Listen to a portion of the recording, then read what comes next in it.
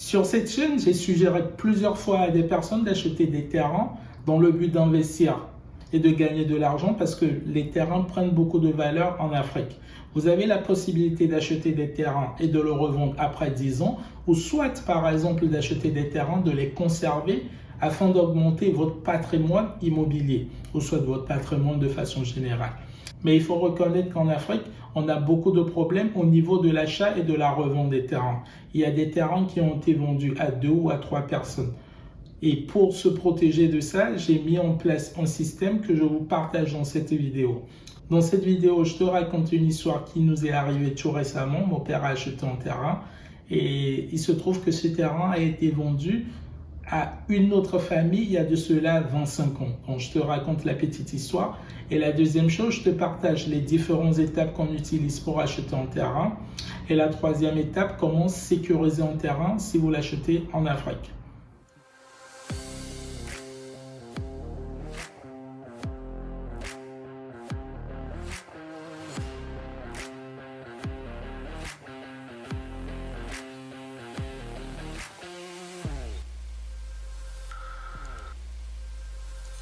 Si tu es nouveau ici, je suis Emerson Doumachi. Je te parle de la gestion et de la liberté financière. Je te parle des investissements, de l'entrepreneuriat et tout ce qui concerne l'argent en général. Si c'est un sujet qui t'intéresse, je t'invite sans plus tarder à t'abonner à la chaîne et à cliquer sur la cloche de notification pour ne pas rater nos prochaines vidéos.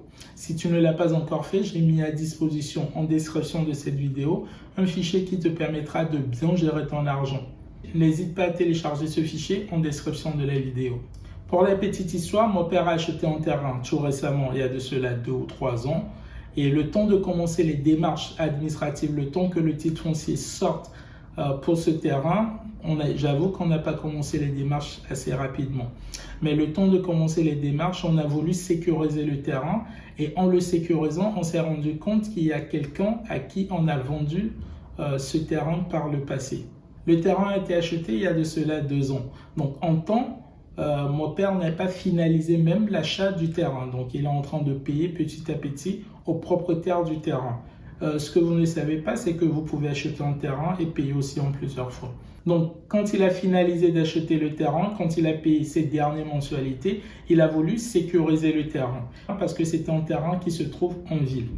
Donc, en faisant une barrière ou en clôturant le terrain, il a demandé aux maçons de venir travailler sur le terrain. Et quand les maçons travaillaient, il y a un policier qui est arrivé et qui dit qu'il est le propriétaire du terrain. Donc, par abus de pouvoir, il a arrêté le maçon, il a bloqué sa moto, il a pris ses équipements de travail et tout ce qui va avec. En temps, il a demandé au maçon le numéro du propriétaire ou la personne qui lui a demandé de venir faire les travaux. Donc, ce monsieur a remis le numéro de mon père et le policier a rappelé mon père pour lui dire que le terrain l'appartenait. Donc, après, mon père a dit c'est son problème à régler à la justice et il a pris une convocation à la justice. Et dans la résolution de ce problème, on s'est rendu compte que le policier en question, le terrain, c'est pas lui qui l'a acheté, mais c'est son père qui a acheté le terrain. Et c'est un terrain qui a été acheté il y a de cela 25 ans. Donc, le terrain a été acheté normalement en 96 ou en 97 chez la personne, chez l'oncle de la personne à qui appartient le terrain. Et cet oncle en question, il a vendu quelques terrains à d'autres personnes. Après, il y a eu ce problème qui est allé en justice dans un premier temps. Et le problème a été tranché et la personne à qui appartient le terrain a gagné le procès. Donc, ils ont annulé toutes les ventes que l'oncle de la personne a effectuées. Donc, en vrai, l'oncle, il a vendu des terrains et il était en obligation de rembourser tous ceux qui ont acheté des terrains chez lui ou soit les redonner une autre parcelle de terrain. Donc, ce que l'oncle a fait, parce que dans l'histoire, quand on s'est renseigné, l'oncle en vrai, à l'époque, il a demandé à ce que ceux qui ont acheté des terrains chez lui reviennent et qu'il leur donne une autre parcelle de terrain en fait. Mais la famille, le père du policier, ne l'a pas fait. En gros, on l'a prévenu, mais il ne l'a pas fait. Donc, il n'est pas venu réclamer une autre parcelle du terrain. Il a voulu garder la même parcelle du terrain. Donc, aujourd'hui, la décision de justice a dit qu'il n'a pas les droits sur ce terrain, malgré qu'ils l'ont acheté il y a plus de 25 ans. Après, c'est un peu dommage aussi parce que D'après ce que mon père disait, mon père veut l'aider aujourd'hui à ce qu'ils arrivent à trouver une attente parce que pour mon père aussi, c'est inconcevable aujourd'hui d'acheter un terrain à ses enfants ou d'acheter un terrain il y a plus de 25 ans et que tes enfants héritent du même terrain et qu'à la fin, on leur dise que le terrain ne leur appartient pas. Donc, il veut aujourd'hui trouver un compromis. Ils sont en train de voir comment le régler à l'amiable pour que la personne soit reprenne le terrain ou soit qu'on donne notre terrain à ce policier, par exemple. Donc, l'affaire est toujours en cours. Hein. Là, je vous parle d'une affaire qui est récente, qui est toujours en cours et qui n'a même pas encore été réglée totalement. Je vous donnerai des nouvelles de cette affaire après s'il y a eu une conclusion ou pas. Mais la leçon qu'il faut tirer aussi de cette histoire, c'est que après avoir acheté un terrain, il faut toujours penser à sécuriser le terrain. Déjà, nous, quand on effectue un achat, je vous explique les process qu'on utilise pour effectuer un achat. Dans un premier temps, il y a une enquête de voisinage qui est faite autour de la parcelle de terrain qu'on veut acheter. Si aujourd'hui, nous, on veut acheter un terrain, on contacte directement tous ceux qui sont à côté. Parce que si vous allez sur le terrain, soit il y a une maison, s'il y a deux maisons, vous allez... des fois, vous avez par exemple un terrain vide, mais il y a des piliers sur ce terrain et il y a le numéro du propriétaire sur le pilier du terrain. Donc, vous pouvez appeler directement le numéro du propriétaire. Donc, il y a un premier tour qui est fait, par exemple, pour demander aux différents voisins à qui appartient la parcelle de terrain qu'on veut acheter, pour s'assurer que c'est la bonne famille qui nous vend cette parcelle de terrain. Deuxième enquête qu'on fait, c'est qu'on envoie quelqu'un qui n'a pas de lien avec nous. C'est quelqu'un qui vient en repérage et qui se renseigne et qui fait comme s'il veut racheter la même parcelle du terrain et on voit si on va l'orienter vers la même famille en fait.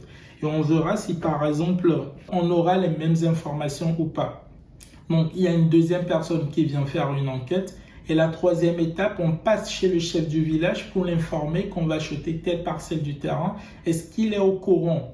Ou est-ce qu'il sait à qui appartient cette parcelle du terrain? Donc, il faut que le chef du village ou le chef qui est dans cette zone nous dise et nous confirme aujourd'hui, par exemple, que la parcelle de terrain appartient vraiment à telle famille ou pas. Dès qu'on a le retour positif des trois parties, des trois enquêtes, là, on pourra immédiatement procéder à l'achat du terrain. Et en procédant à l'achat du terrain, ce qu'on fait généralement, c'est qu'on filme toute la séance. L'achat du terrain se passe normalement soit chez la famille de la personne qui vend, donc il doit avoir la personne qui vend, s'il a des enfants, tous les enfants majeurs doivent être présents, soit chez le chef du village. De toute façon, même si c'est fait premièrement chez la famille, on ira après chez le chef du village pour que le chef du village signe. Donc, dès qu'on a les deux signatures du chef du village, de la famille, on envoie le document chez un notaire pour faire un acte de vente. Dans la majorité des cas, soit on va directement chez le chef avec la personne qui vend le terrain et avec ses enfants pour que tout le monde signe le même jour. Après, c'est vrai que lorsque vous allez chez le chef, il y a toujours un petit montant payé, c'est moins de 100 € que vous payez au chef pour confirmer vraiment que le terrain appartient à telle personne. Et il y a certaines traditions qu'ils font, ils achètent de la boisson et tout ce qui va avec.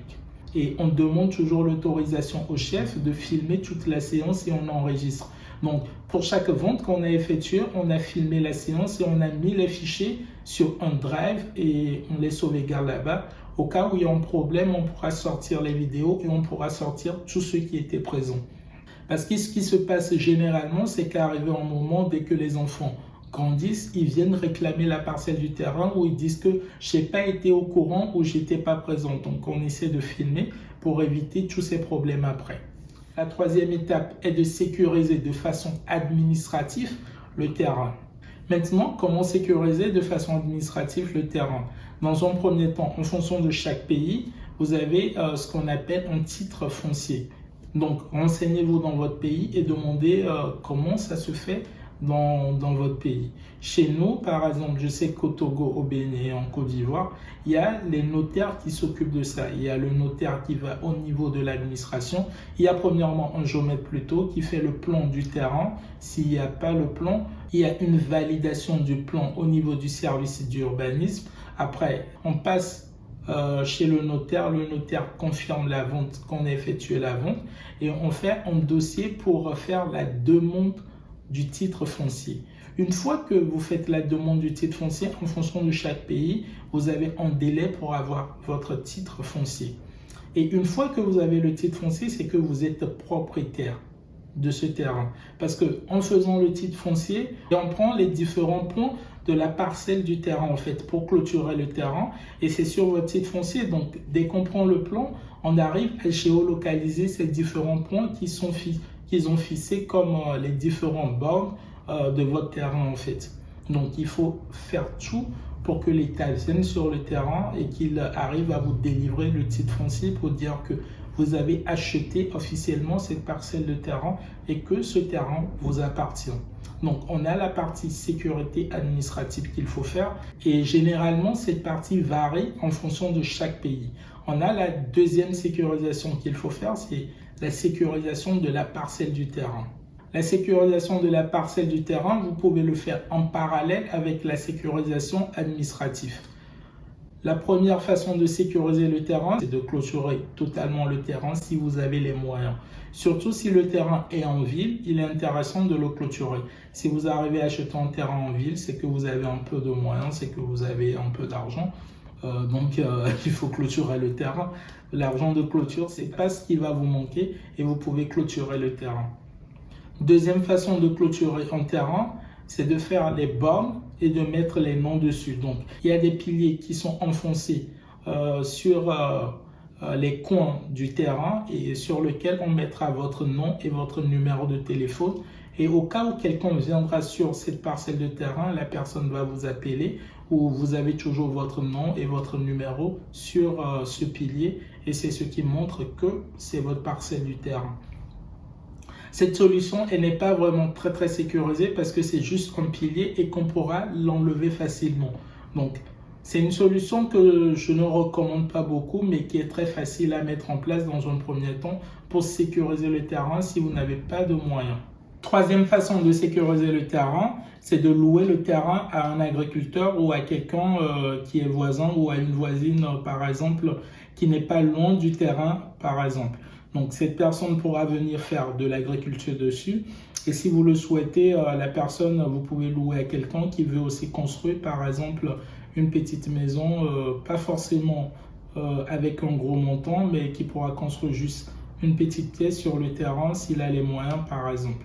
Généralement, nous, on préfère louer d'habitude les terrains aux agriculteurs ou aux jeunes qui souhaitent se lancer dans l'agriculture. L'avantage de louer le terrain à ces personnes-là, c'est dans un premier temps, lorsqu'il y aura un nouveau acheteur ou lorsqu'il y aura quelqu'un, cette personne va vous prévenir. Donc, cette personne vous a payé, donc il vous paie tous les mois. Et dès que quelqu'un d'autre viendra pour prendre cette parcelle de terrain, la personne va vous prévenir. Le fait de prendre de l'argent chez cette personne vous permet à la fois de sécuriser le terrain et de rentabiliser le terrain, même si le montant n'est pas énorme. Généralement, la location des terrains, ce n'est pas vraiment un montant très énorme. Mais l'avantage au fait de cette location, c'est beaucoup plus la partie sécurité. Dès qu'il y aura un problème sur le terrain ou dès qu'il y aura d'autres personnes qui viendront sur ce terrain, la personne pourra vous prévenir assez rapidement. Quatrième moyen de sécuriser le terrain, c'est pas forcément de louer le terrain à un agriculteur, mais c'est de signer un partenariat avec cet agriculteur, par exemple. Donc, vous avez la possibilité de signer un partenariat, vous mettez votre terrain à sa disposition. Dès que l'agriculteur fait des cultures, il vous donne, par exemple, le quart de la récolte ou la moitié de la récolte. Donc, ça dépend du contrat que vous vous êtes fixé. Vous ne prenez pas de l'argent, mais vous prenez plutôt les fruits ou par exemple les récoltes qu'il a fait à la fin. Il y a la moitié qui est vendue qu'il vend et il y a l'autre moitié qu'il vous redonne parce que vous êtes les propriétaires du terrain. Donc ça aussi, ça marche vraiment. Et vu qu'il est agriculteur sur le terrain, à la fois il protège votre terrain sans forcément le savoir. Et vous gagnez toujours en recevant les produits qu'il récolte à la fin. Le cinquième moyen de clôturer le terrain, c'est de mettre des plantes spéciales qui ont des épines, en fait. Je ne sais pas comment ça s'appelle, je mettrai la photo. Pour clôturer votre terrain, vous le plantez pour délimiter vraiment la superficie de votre terrain et pour délimiter vraiment la partie qui vous appartient. Le sixième moyen pour protéger ou pour sécuriser votre terrain, c'est de planter des fruits qui n'ont pas besoin d'entretien. Vous pouvez planter par exemple des manguiers ou des produits qui n'ont pas vraiment besoin de beaucoup d'entretien.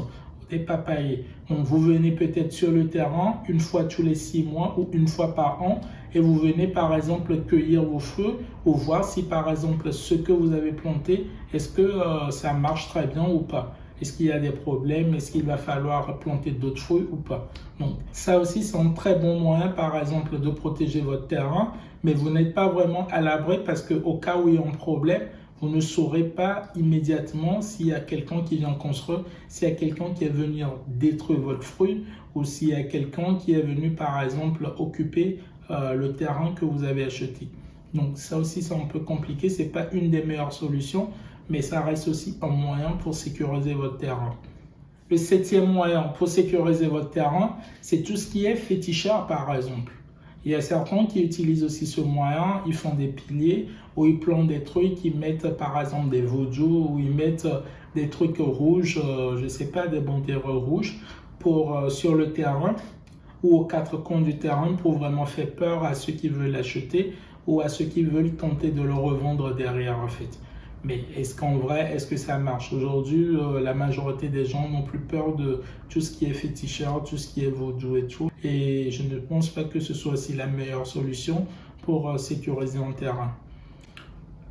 Ce que moi je vous recommande, c'est plutôt de signer par exemple un accord avec un agriculteur ou soit de mettre votre terrain que vous avez acheté à disposition d'un voisin ou d'un agriculteur ou d'un étudiant agronome pour qu'il utilise ce terrain pour planter des choses et qu'il vous rapporte de l'argent ou qu'il vous rapporte tous les deux de l'argent. Vous pouvez aussi louer le terrain et ça sont des trucs que nous on fait très souvent, la location de terrain et le fait de faire des partenariats avec des agriculteurs. Si vous avez aimé la vidéo, vous savez quoi faire. N'hésitez pas à mettre un pouce bleu, n'hésitez pas à mettre un commentaire en description de cette vidéo parce que avec vos commentaires, avec vos likes, YouTube va booster notre vidéo et elle sera recommandée à d'autres personnes. Donc on a besoin de vous pour que vous mettez des likes, vous vous abonnez à la chaîne et que vous mettez un commentaire pour propulser cette chaîne YouTube. Merci d'avoir regardé cette vidéo et je vous dis à la prochaine pour une nouvelle vidéo.